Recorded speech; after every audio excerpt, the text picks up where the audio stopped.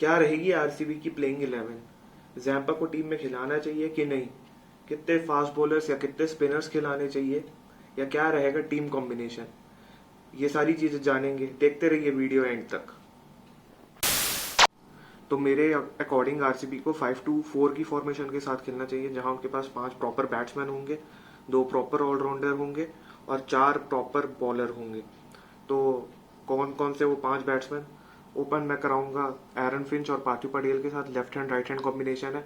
Aaron Finch और पार्थिव पटेल दोनों एक अच्छी स्टार्ट देने के केपेबल है। पार्थिव पटेल 6 ओवर के बाद ज्यादातर नहीं खेलते, बट एक एग्रेसिव और अच्छी स्टार्ट दे देते हैं। Aaron Finch most probably carry on करते 10-15 ओवर तक, और अभी अच्छे फॉर्म में भी है जो ऑस्ट्रेलिया इंग्लैंड की सीरीज चल रही है। तो आई थिंक अब मेरे 2 ओपनर रहेंगे एरन फिंच और पार्थिव पटेल। नंबर 3 में कैप्टन ग्रेट विराट कोहली। बहुत उस पोजीशन के लिए he is one of the best batsman ever. सबसे ज्यादा कंसिस्टेंट है उस पोजीशन पे, तो आई थिंक वो अपनी पोजीशन में भी खेले और टीम कॉम्बिनेशन को भी जस्टिफाई करेंगे। आफ्टर 5-6 ओवर वो एक अच्छी स्टार्ट को कैरी ऑन कर सकते हैं आगे। उसके बाद नंबर 4 पे या तो मैं एबी डिविलियर्स को खिलाऊंगा या गुरकीरत मान को खिलाऊंगा। मतलब ये रहेंगे मेरे नंबर 4 नंबर 5। अगर 10 ओवर से पहले विकेट गिरती है तो मैं गुरकीरत मान को भेजूंगा आगे, और अगर 10 ओवर के बाद विकेट गिरती है तो मैं विराट को वो एबी डिविलियर्स को भेजूंगा। क्योंकि एबी डिविलियर्स काफी लंबे टाइम से ज्यादा क्रिकेट खेल नहीं रहे, तो मेरे अकॉर्डिंग वो फ्री ही खेले तो ठीक है। साउथ अफ्रीका के लिए भी वो नीचे, मतलब जब उनको एग्रेसिव खेलने को बोलते थे तो वो अच्छा खेल पाते हैं। तो मैं नहीं चाहता मिडिल ओवर में आके कंफ्यूज रहे। तो अगर 10 ओवर के बाद अगर उनकी आरसीबी की दूसरी विकेट गिरती है तो एबी डिविलियर्स मेरे नंबर 4 रहेंगे और गुरकीरत मान मेरे नंबर 5 रहेंगे। और अगर 10 ओवर से पहले विकेट गिरती तो गुरकीरत मान मेरे नंबर 4 रहेंगे और एबी डिविलियर्स मेरे नंबर 5 रहेंगे। नॉट टू फॉरगेट, पिछले सीजन में गुरकीरत मान ने लास्ट गेम में against Sunriser Hyderabad Shimron Hetmyer के साथ उन्होंने अच्छी पार्टनरशिप की थी और आरसीबी को मैच जिताया था। तो गुरकीरत मान भी एक बहुत अच्छे मिडिल ऑर्डर बैट्समैन है जो पंजाब के लिए भी कई बार काफी अच्छी इनिंग्स खेल चुके हैं। तो ये मेरे नंबर 4 और नंबर 5, और ये मेरे 5 बैट्समैन एरन फिंच, पार्थिव पटेल, विराट कोहली, एबी डिविलियर्स और गुरकीरत मान। तो ये थे मेरे 5 आरसीबी के प्रॉपर बैट्समैन। अब मैं बात करना चाहूंगा 2 ऑलराउंडर की। तो 5 बैट्समैन के बाद नंबर 6वीं पोजीशन पे जो मेरा पहला ऑलराउंडर आएगा वो है शिवम मावी। मैं इनको चाहूंगा कि एंड ऑफ द इनिंग्स पे बैटिंग करे। 15-20 ओवर में थोड़ा सा इनको टाइम भी मिल जाएगा सेट होने के लिए, और फिर ये एक्सप्लोर भी कर सकते हैं, अपनी नेचुरल गेम खेल सकते हैं ज्यादा प्रेशर लिए, क्योंकि इनको पता रहेगा कि इनको क्या करना है एंड पे।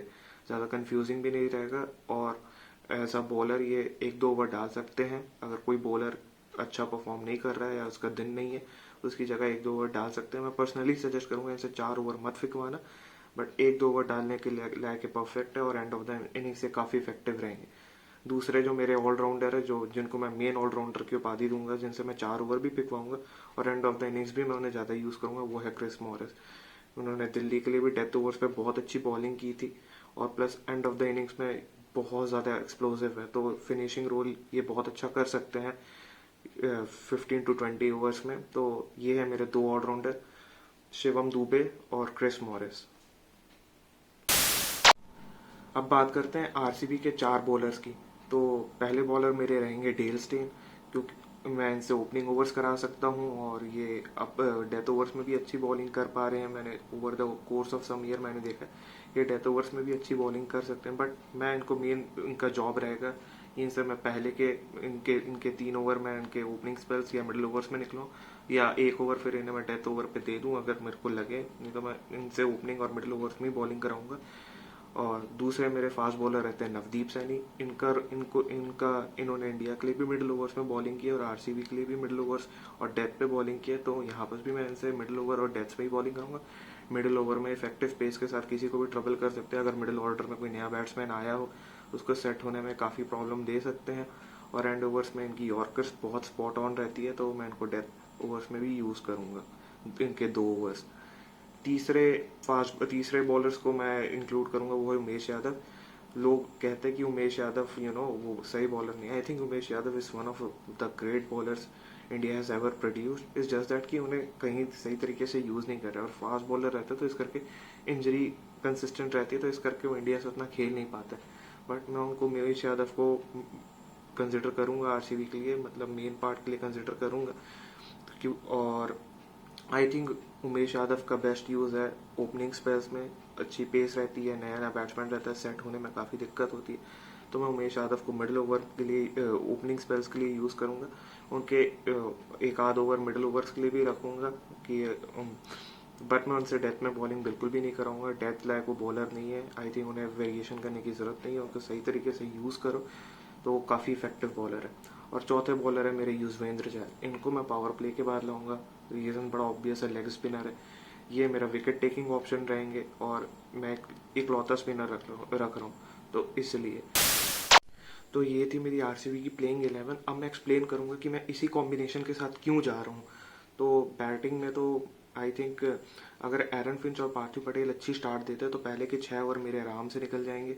उसके बाद फिर अगर उस पार्थ मोस्ट प्रोबेबली ज़्यादातर टाइम पे पार्थिव पटेल 5-6 ओवर के बाद आउट हो जाते, तो कोहली समवन जो 6 ओवर से कंटिन्यू कर सकता है इनिंग को विद अ कंसिस्टेंट पेस, तो I think Virat Kohli number 3 पे काफ़ी सूटेबल है। और एरन फिंच भी लंबे ओवर्स तक बैटिंग कर सकते हैं। अगर वो किसी दिन फेल हो गए या जल्दी आउट हो गए तो गुरकीरत मान को मैं नंबर 4 पे भेज के ही समवन जो मिडिल ओवर्स में अच्छा कंट्रीब्यूट कर सकते हैं, नॉर्मल सिंगल डबल्स लेकर या बीच में बाउंड्री लगा के आराम से 130-140 के स्ट्राइक रेट पे वो बैटिंग कर सकते हैं। फिर मैं डिविलियर्स को बुलाऊंगा towards the after 10 over, to be very honest 10 से 11 ओवर, जहाँ वो 1-2 ओवर सेट होने मिले, उसके बाद फिर वो थोड़ा मतलब फिर वो अपनी फ्रीली गेम खेल पाए और एंड ऑफ द इनिंग तक बहुत अच्छा स्कोर पोस्ट करने में हमें मदद करे।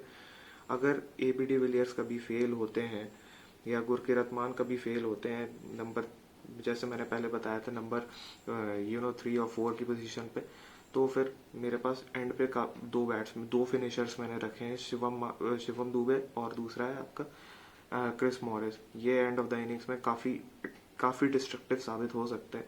और इमेजिन अगर सारे ही चल गए तो फिर क्या टोटल होगा। अगर सारे नहीं भी चले तो ये दो बैट्समैन हैं जो एंड में काफ़ी बैक कर सकते हैं, ये दो फिनिशर्स है डिविलियर्स के अलावा। डिविलियर्स अगर चल गए 10 से 20 के ओवर के भी तो फिर कोई बात ही नहीं है। अगर वो नहीं चलता तो ये दो बैट्समैन है, तो मेरे पास फिनिशिंग के लिए भी काफ़ी अच्छे बैट्समैन है।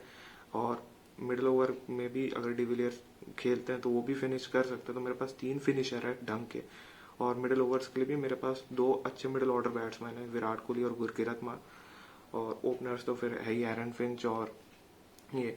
अब बात करते हैं बॉलिंग की। बॉलिंग के लिए लोग मेरे को ज़्यादा बोलेंगे क्योंकि considering the condition in UAE, लोग कहेंगे कि आपको मतलब एटलीस्ट 2 स्पिनर खिलाने चाहिए थे, जबकि आपके पास वॉशिंगटन सुंदर भी है और ये दूसरा स्पिनर आपके पवन नेगी भी है और दोनों ऑलराउंडर्स भी है, तो वाई यू आर मतलब नॉट प्लेइंग विद दैट।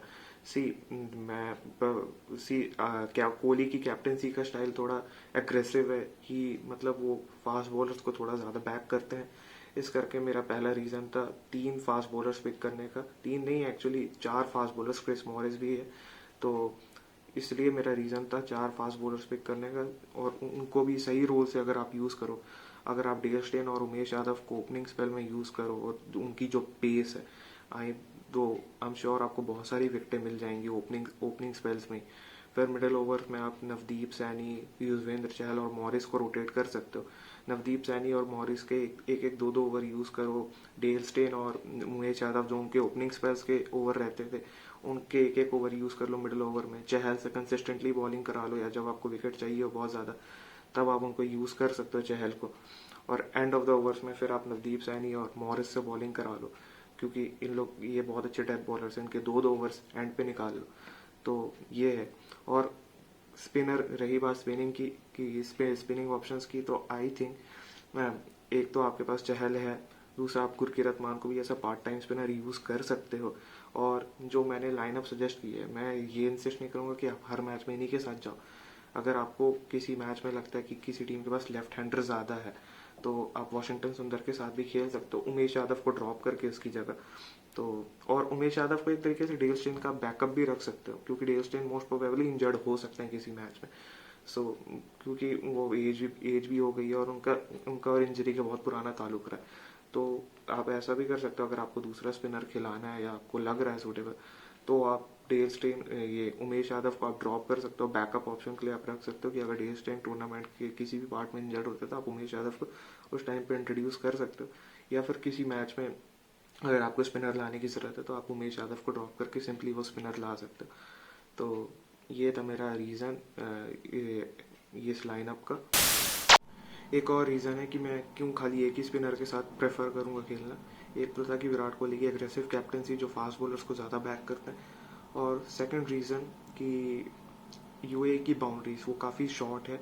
तो आई थिंक अगर टॉप एजेस भी लगते हैं तो काफ़ी सिक्सेस जा सकते हैं। और T20 जैसे टूर्नामेंट में बैट्समैन बहुत ज़्यादा एग्रेसिव खेलने की कोशिश करते हैं, और तो टॉप एजेस भी सिक्स पे जा सकते हैं। तो कंसिडरिंग इवन दो काफ़ी मोस्ट ऑफ द ट्रैक्स काफ़ी स्लो रहने वाले यूएई में, स्टिल मैं विराट कोहली की जो कैप्टेंसी का पैटर्न है to go bold, to go aggressive, और प्लस उनकी बाउंड्रीज के साइज कंसिडर करते हुए मैं खाली एक ही स्पिनर के साथ जाना चाहूँगा। और जब हमारे पास अच्छा फास्ट बॉलिंग लाइनअप है तो आई थिंक मैं उसी को बैक करना चाहूँगा, विराट कोहली को उनकी ओपिनियन के साथ। मैं यही चाहूँगा कि वो एक्सपेरिमेंट करे वाशिंगटन सुंदर को ओपनिंग स्पेल्स में बॉलिंग करा के, जो वैसे हम यूजुअल में इंडिया लाइनअप में और दूसरी टीमों के लिए में भी हमने देखा है वाशिंगटन सुंदर को ओपनिंग में बॉलिंग करते हुए। एक क्वेश्चन मेरे लिए और आएगा कि एडम जैम्पा को मैं अपनी प्लेइंग 11 में क्यों नहीं ले रहा हूँ, कंसिडरिंग जो अभी उनका मॉडर्न डे फॉर्म है इंग्लैंड में, बहुत अच्छा कर रहे हैं, हर मैच में 3-4 विकेट ले रहे हैं, नो डाउट।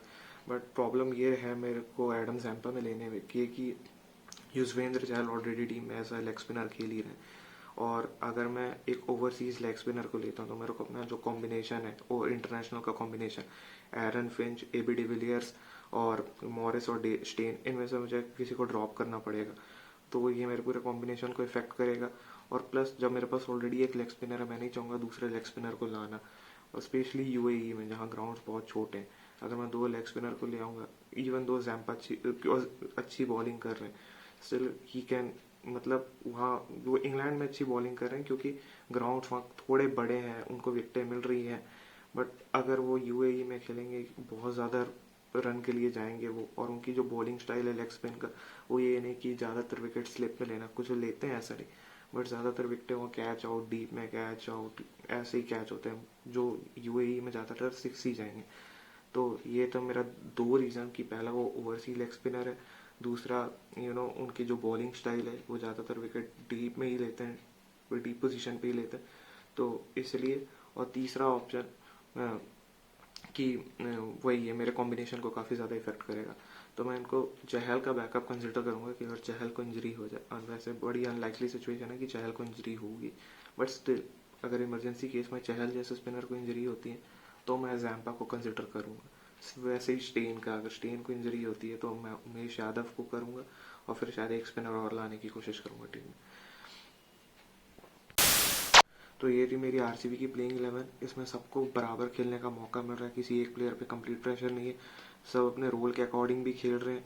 और अगर प्रेशर गेम आती है तो अगर विकेटें जल्दी गिर भी जाती तो आपके बाकी प्लेयर कंट्रीब्यूट कर सकते हैं, क्योंकि वो टूर्नामेंट में और बाकी मैचेस में भी बैटिंग किए होंगे। तो आई होप इस साल आरसीबी अच्छा करे, क्या पता आईपीएल जीत भी जाए, आई होप अच्छा करे। बट टीम की तरह खेलो जैसे बड़ी बड़ी टीमें खेलती है, Mumbai, Chennai, definitely RCB IPL जीत सकती है इस साल। आई होप आपको मेरा ये वीडियो पसंद आया होगा, और अगर वीडियो पसंद आ रहा है तो सब्सक्राइब करते रहो, अगर कोई क्वेरी है तो कमेंट्स पे पूछो। Thank you.